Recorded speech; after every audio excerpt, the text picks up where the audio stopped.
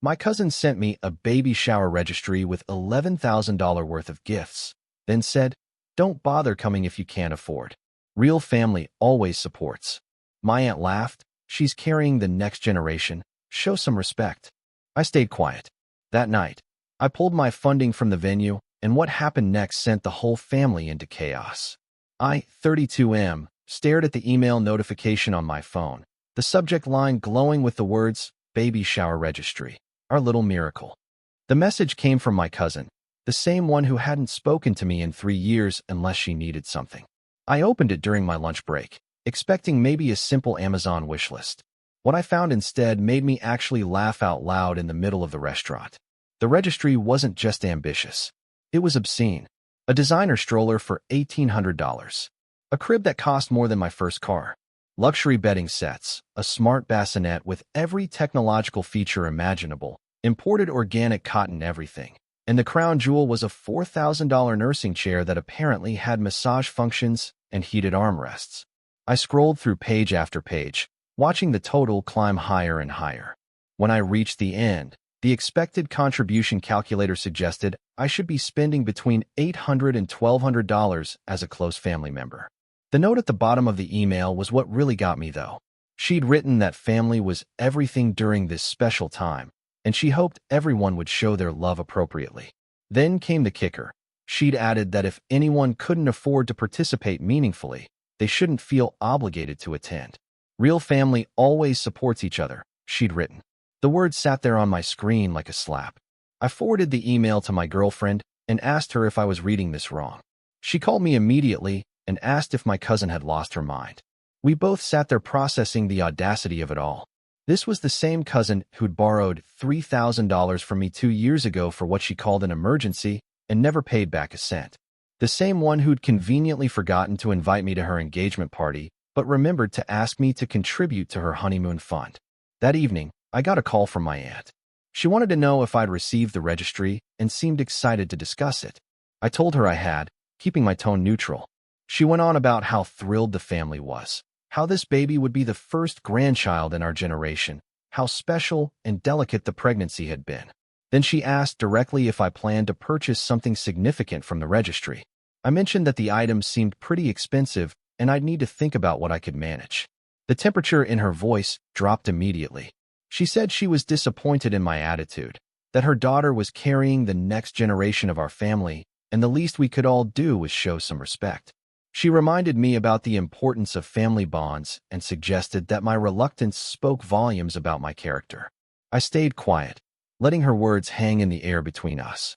She took my silence as permission to continue and spent another 10 minutes explaining how blessed we all were to have this baby coming, how my cousin had such refined taste and only wanted the best for her child, and how everyone else in the family was stepping up appropriately. When she finally finished, I told her I'd consider everything she said and ended the call. Here's what my aunt didn't know. Here's what none of them knew. 6 months earlier, my cousin had called me out of the blue. She'd been unusually sweet, asking about my life and my business. I own a mid-sized event planning company that had done particularly well over the past few years. We'd handled some high-profile corporate events and weddings, and word had gotten around the family that I was doing well financially. During that call 6 months ago, she'd mentioned she was pregnant and wanted to throw an amazing baby shower. She'd asked if I knew any good venues. I'd suggested several places, giving her a range of options and prices. She'd hummed and said she really wanted something spectacular, something that would make a statement. Then she'd asked the question that should have been my first red flag. She wanted to know if I'd ever considered sponsoring a family event at one of my venue partners. I'd told her that depending on the situation, I sometimes helped with costs for family events. She jumped on that immediately. She described her vision for this baby shower: elegant, sophisticated, Instagram-worthy. She wanted a specific venue, a luxury hotel with a rooftop garden that charged $15,000 just for the space rental, not counting catering or decorations. When I'd hesitated, she'd played the family card hard. She'd reminded me about how her mother had helped my mother during a difficult time years ago, how family was supposed to support family, how this baby represented a new chapter for all of us. Against my better judgment, I'd agreed to cover the venue cost. I'd negotiated with the hotel management, used my business relationship with them to secure the space, and put down a deposit of $5,000 with the remaining $10,000 due 2 weeks before the event. The shower was scheduled for 3 weeks from now. My cousin had been appreciative at first. She'd thanked me and promised this would be an event I'd be proud to be part of. Then the communication had shifted. She'd started making demands about decorations, insisting on specific color schemes that required expensive custom work. She'd expanded the guest list twice, pushing the catering costs higher. Every conversation became about what else I could provide, what other vendors I could get discounts from, what other aspects of the event I could fund. I'd drawn the line at the venue and told her anything else was her responsibility. She'd seemed annoyed but accepted it, until the registry email arrived. Sitting in my apartment that night after my aunt's call, I pulled up the contract with the hotel. I read through the cancellation terms carefully. If I canceled more than 14 days before the event, I'd lose the deposit but wouldn't be liable for the remaining balance. If I canceled within 14 days, I'd owe the full amount. I looked at the calendar. 16 days until the payment deadline. 18 days until the cancellation policy changed. I opened my laptop and drafted an email to the hotel events coordinator. I explained that due to unforeseen family circumstances, I needed to cancel the booking. I acknowledged that I understood the deposit was non-refundable. I thanked them for their professionalism and hoped to work with them again in the future. My hand hovered over the send button for a long moment. Then I thought about that registry. The entitlement dripping from every overpriced item. The dismissive message about not coming if you couldn't afford to participate. My aunt's condescending lecture about respect and character. The $3,000 never repaid. The years of being treated like a bank account with legs. I hit send. The confirmation came back within an hour. The booking was canceled, the deposit forfeited, and I was released from any further financial obligation. I felt a weight lift off my shoulders that I hadn't fully realized was there. I didn't tell anyone. I waited. 3 days passed normally. My cousin posted photos on social media about nursery preparations and baby shower planning. My aunt commented on every post with heart emojis and excited messages. Other family members chimed in with congratulations. I watched it all unfold silently. On the 4th day, my phone exploded. My cousin called me 7 times in a row. When I finally answered, she was screaming so loud I had to hold the phone away from my ear. The hotel had contacted her about finalizing catering details and informed her that the venue booking had been canceled. She'd apparently told them there must be a mistake, that her cousin was covering the cost. They'd explained that the person who'd booked the space had canceled and suggested she contact me directly. She demanded to know what I'd done. I told her calmly that I'd canceled the venue booking. The screaming intensified. She called me every name she could think of, accused me of trying to ruin her baby's shower, said I was jealous and petty and cruel. When she finally paused for breath, I asked her if she remembered the registry email. The line went quiet for a second. Then she said that had nothing to do with anything, that I was being ridiculous for connecting the two things. I told her I disagreed. I said that when someone sends me a $1,200 suggested gift requirement and tells me not to bother showing up if I can't afford to participate meaningfully, I take that as a clear message about what they think of my role in their life. I explained that I'd decided to respect her wishes and remove myself from an event where my contribution apparently wasn't significant enough. She sputtered and tried to backtrack. She claimed I'd misunderstood the registry message, that it wasn't directed at me specifically, that she never meant to offend anyone. I let her talk herself in circles for a minute, then told her I had to go. She was still yelling when I hung up. My aunt called 10 minutes later. Her tone was ice. She said I'd embarrassed the entire family, that my cousin was in tears, that I'd sabotaged a sacred celebration over a petty misunderstanding. I asked her if she'd actually looked at the registry. She said the cost didn't matter, that it was about showing love and support. I pointed out that I'd been showing support by funding a $15,000 venue, which apparently wasn't respect enough since I still got lectured about my character. She told me I was being dramatic. I asked her why my $5,000 deposit that I'd just lost wasn't considered showing up for family, but my reluctance to spend another $1,000 on a registry was somehow a character flaw. She said that was different. I asked her how. She couldn't answer, so she just repeated that I was tearing the family apart during a special time. I told her the family had been pretty comfortable taking my money while treating me like I wasn't generous enough. Then I ended the call. The next few days were chaos. My phone became a constant stream of messages from various family members. Some were angry, echoing my aunt's position that I'd ruined everything over nothing. Others were confused, asking what had really happened because the story kept changing depending on who was telling it. A few were quietly supportive, admitting in private messages that they'd also found the registry excessive but hadn't wanted to cause drama. My cousin made a post on social media about betrayal and fake family members. She didn't name me directly, but it was obvious who she meant. The comments section became a battlefield between people defending her right to want nice things for her baby and people questioning the entitlement of the registry. Several people pointed out the irony of complaining about fake family while having a $1,000 minimum gift expectation. My mother called. She was the one person whose opinion actually mattered to me in all this. She asked me to explain what happened from my perspective, so I did. I told her everything. The venue agreement, the expanding demands, the registry, the dismissive message, my aunt's lecture. When I finished, she was quiet for a long moment. Then she told me about something I'd never known. Years ago, when my aunt had supposedly helped my mother during a difficult time, the help had come with strings. My aunt had held that favor over my mother's head for years, bringing it up whenever she wanted something, using it as leverage in family decisions. My mother had finally paid her back financially years ago, but my aunt still referred to it as if the debt remained unpaid.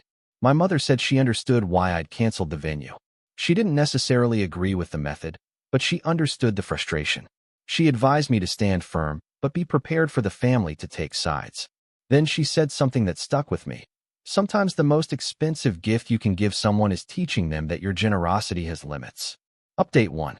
The baby shower was supposed to happen in 10 days. My cousin had apparently scrambled to find a new venue but discovered that anything comparable was either already booked or well outside her budget. She'd settled on a restaurant private dining room that cost $3,000, a significant downgrade from her original vision. According to the family grapevine, she was telling everyone that I'd forced her into a lesser venue out of spite. My aunt started a group chat with the extended family, excluding me, specifically to coordinate contributions for the registry. One of my supportive cousins secretly sent me screenshots. My aunt had written a long message about family unity and pulling together during difficult times. She'd emphasized that my cousin deserved the celebration she'd dreamed of despite certain people trying to sabotage it. She'd assigned specific registry items to specific family members based on their income levels. That's when things got interesting. My uncle, my aunt's own brother, responded in the group chat. He'd apparently been silent during most of the drama, but he'd clearly been paying attention. He wrote that he loved his niece but couldn't support the way this situation was being handled. He pointed out that I'd originally committed to funding a venue worth $15,000, which was more than anyone else in the family was contributing, and that attacking me for not doing even more was absurd. He also mentioned something I hadn't known. Apparently, during my cousin's wedding 3 years ago, I'd been deliberately left off the invitation list because my aunt thought I'd bring negative energy after a messy breakup I'd gone through. But I'd still been asked to contribute to the honeymoon fund through a separate message. My uncle said he disagreed with that decision then and saw the pattern continuing now. The group chat exploded. Family members started taking sides publicly. Some agreed with my uncle and admitted they'd felt pressured by the registry amounts. Others doubled down on supporting my cousin, saying pregnancy was a vulnerable time and she deserved accommodation. My aunt tried to regain control of the narrative, but the damage was done. My cousin's husband finally reached out to me privately. He apologized for not getting involved sooner and admitted he'd told his wife the registry was excessive from the start. He'd been overruled, and then when the venue situation exploded, he tried to encourage her to apologize to me. She'd refused, insisting she'd done nothing wrong. He sounded exhausted and asked if there was any way to resolve this before the family completely fractured. I told him I appreciated him reaching out, but I wasn't the one who needed to apologize. I'd made a commitment, I'd been disrespected, and I'd withdrawn my support. If she wanted to mend things, she knew how to reach me. He understood and said he'd try to talk to her again. 2 days later, I received a text from my cousin. Not an apology, but something close. She acknowledged that the registry might have seemed excessive to some people and that maybe her message about attendance could have been worded better. She said the stress of pregnancy had made her emotional and perhaps she'd overreacted to me canceling the venue. She asked if we could move past this for the sake of family harmony. I read the message 3 times, analyzing every word. It was an acknowledgement, not an apology. There was no real ownership of how she treated me, just explanations and justifications. I thought about responding, about maybe meeting halfway. Then I remembered the years of similar patterns. The borrowed money never repaid. The times I'd been excluded unless something was needed from me. The lecture from my aunt about character while they demanded more from me. I responded that I appreciated her reaching out, but I needed actual accountability, not explanations. I told her that if she genuinely wanted to repair our relationship, she needed to acknowledge specifically how she'd treated me and why it was wrong. Otherwise, we could keep things civil at family events, but I wouldn't be pretending everything was fine. She didn't respond. The baby shower happened without me. From what I heard, about half the expected guests showed up. Several family members apparently made excuses at the last minute, either because they were uncomfortable with the drama or couldn't afford the registry expectations. The event itself was nice enough, but my cousin was reportedly upset the entire time about the turnout in the venue. Update 2. 3 weeks after the baby shower, my cousin had the baby. A healthy girl. I sent a modest gift, a beautiful handmade baby blanket from a local artisan, along with a card congratulating them. I didn't go to the hospital. I didn't attend the Meet the Baby gathering at their house. I kept my distance.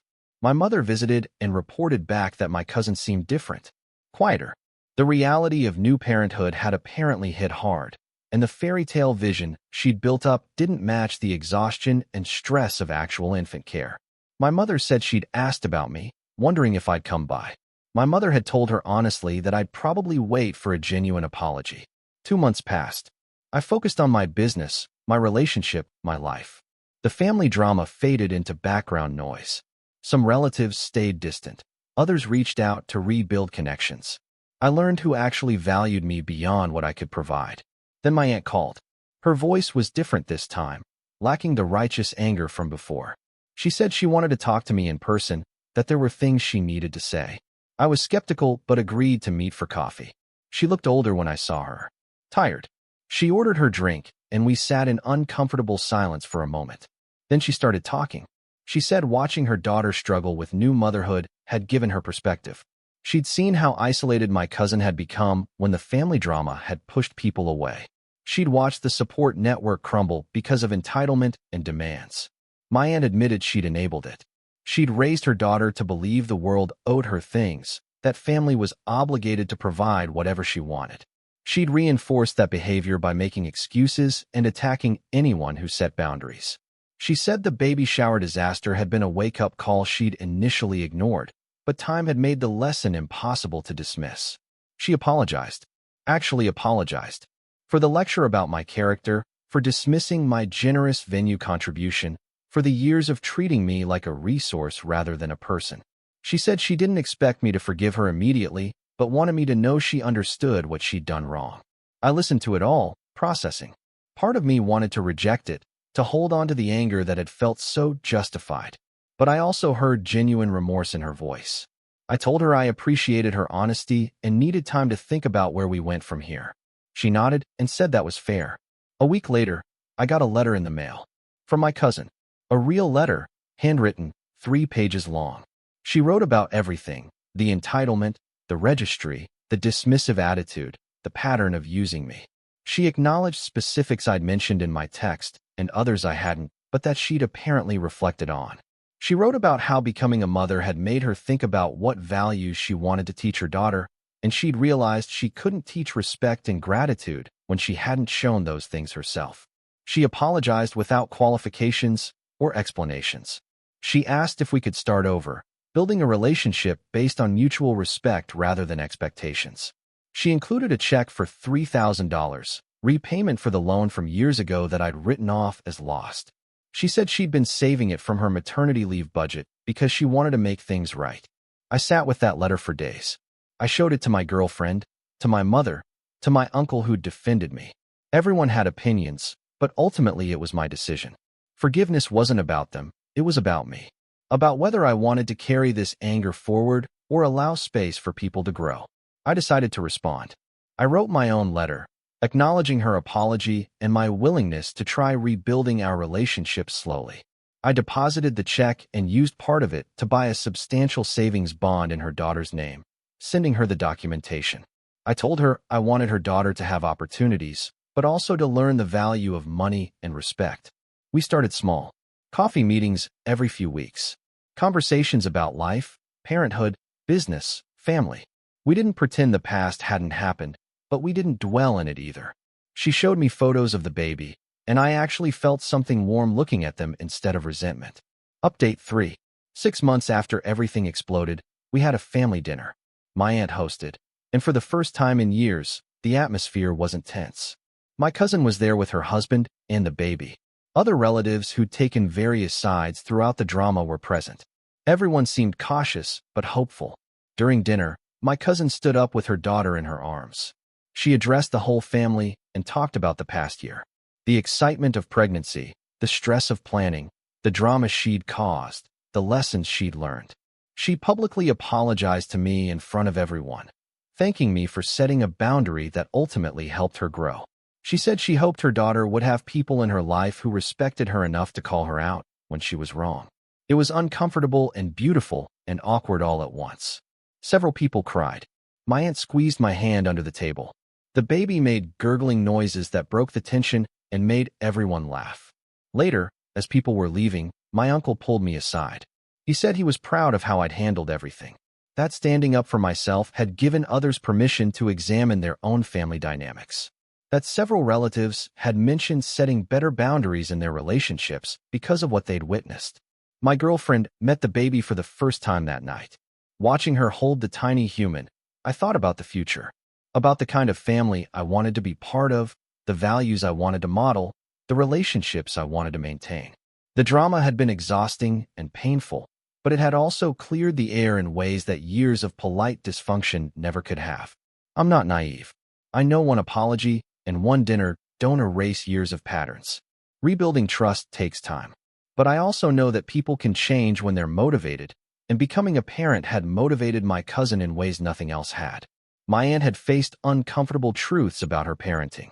The family had confronted its tendency to enable an excuse. The baby registry that started everything is now a family joke. My cousin herself makes comments about her designer stroller phase, laughing at how absurd her priorities were. She shops secondhand now, trades baby items with friends, focuses on experiences rather than things. The change isn't performative, it's genuine. I've watched it happen gradually.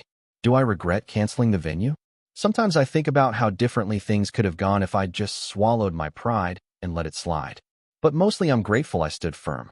That $5,000 deposit bought me something more valuable than peace. It bought authenticity. It forced conversations that needed to happen. It reset relationships that had become transactional. My cousin and I are still rebuilding. There are moments of awkwardness, old habits that surface and have to be addressed. But there's also genuine affection growing, the kind that comes from working through conflict rather than avoiding it. Her daughter is 9 months old now, and I'm actually excited to be part of her life. To be the uncle who models healthy boundaries and genuine generosity rather than obligatory financial support. The family dynamics have settled into something more honest. People are more direct about their limits, less willing to accommodate unreasonable demands, more comfortable having difficult conversations. It's messy in some ways, but it's real. And real, I've learned, is worth more than perfect. Last week, my cousin asked if I'd be willing to help plan her daughter's first birthday party. Not fund it, she clarified immediately. Just advice, maybe some vendor connections if I was comfortable. She showed me her modest budget and her simple vision. Nothing Instagram-worthy, just a backyard gathering with family and close friends. I agreed. As I left her house that day, she stopped me at the door. She said she thought about the baby shower drama often, about how close she'd come to permanently damaging our relationship over things that ultimately didn't matter. She thanked me again for not letting her, for caring enough to push back. Then she laughed and said her daughter better never see that registry because she'd be mortified showing it to a future child. I drove home thinking about family, about growth, about the price we pay for authenticity. The whole situation had cost me $5,000, several months of stress, and a lot of difficult conversations. But it had also given me back a family that saw me as a person rather than a bank account, that recognized boundaries as acts of love rather than rejection, that understood respect goes both ways. Sometimes the most expensive gift you give isn't on any registry. Sometimes it's the willingness to say no, to stand firm, to demand better. Not because you want to punish anyone, but because you believe the relationship is worth fighting for correctly. That's what my mother had meant about expensive gifts and teaching limits. The drama is over now. The family has moved on to other events, other celebrations, other challenges. But the lessons remain. And when I look at my cousin's daughter, I think about the family she's growing up in, one that learned to do better. That's worth more than any designer stroller ever could be. Thank you for watching. If you enjoyed this story, please hit that subscribe button. Don't forget to give it a thumbs up and share it with friends or family who might enjoy it too. Your support means a lot. And if you have any thoughts, questions, or story ideas, drop them in the comments below. I'd love to hear from you. See you in the next story.